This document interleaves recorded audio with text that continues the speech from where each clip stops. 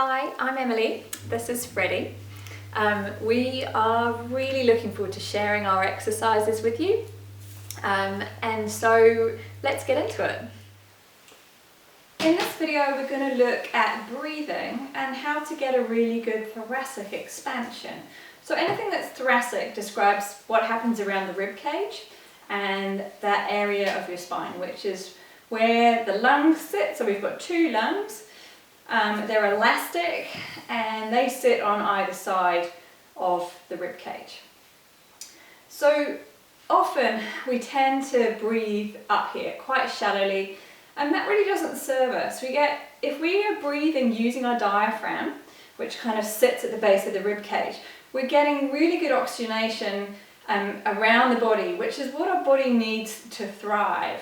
It needs oxygen for tissue regeneration. It needs oxygen to the brain to keep us alert and to keep us happy as well. There's also quite a lot of research at the moment. There's a lot of talk about the viruses and fighting infections and how to breathe well to improve your health.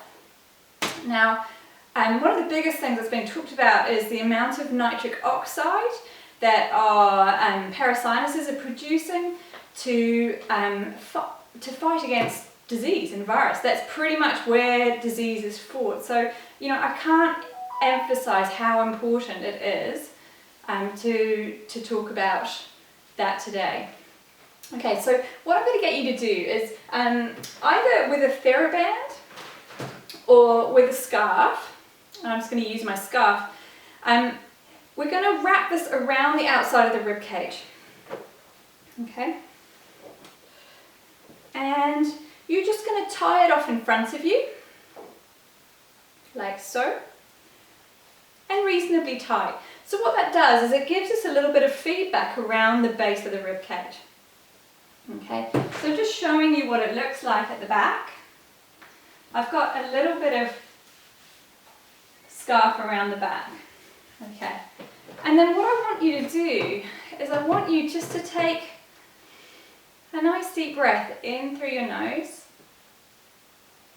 and then I just want you to let that air out. Now if you can let that out through your nose, that's great, or if you can't and you want to let it out through your mouth, that's absolutely fine. And again, breathing in, let's try 4 counts. And you can see that my rib cage is expanding out as I'm putting pressure into the scarf and breathing out. Now if you have a band here, it actually gives you a little bit more feedback. It allows that kind of elasticity of the band to come in, but breathing in, the ribs should be opening up and out. And as you breathe out, you're just letting that air out.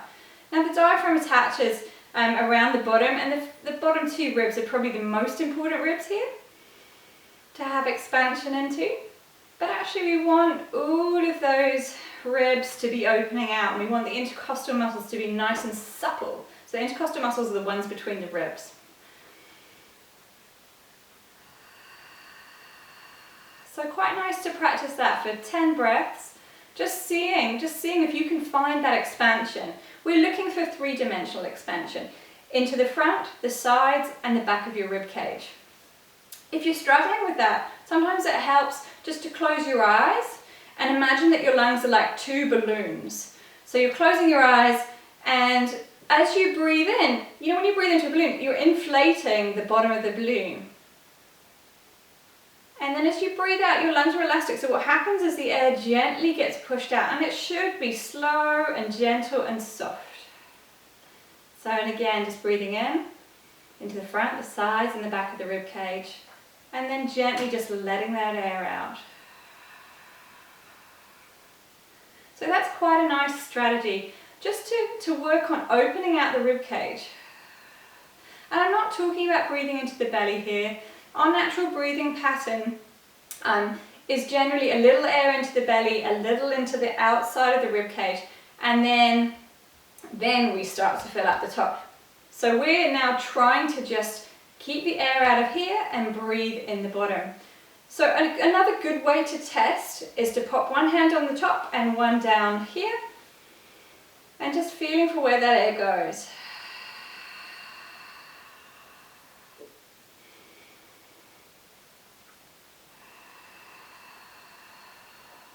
This kind of breathing is really helpful in everyday situations, but also if you're an athlete or you're someone who's a weekend warrior, loves getting out on your bike or some sport, if you can really calm your breathing down, slow your breathing down, you're going to have a lot more endurance, you're actually going to perform better, your body is going to utilize its muscles better, and all in all, it's win-win. So I can't emphasize more how important it is to practice breathing.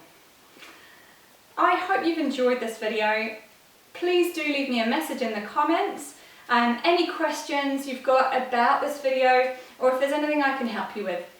I'll see you in the next video. Bye.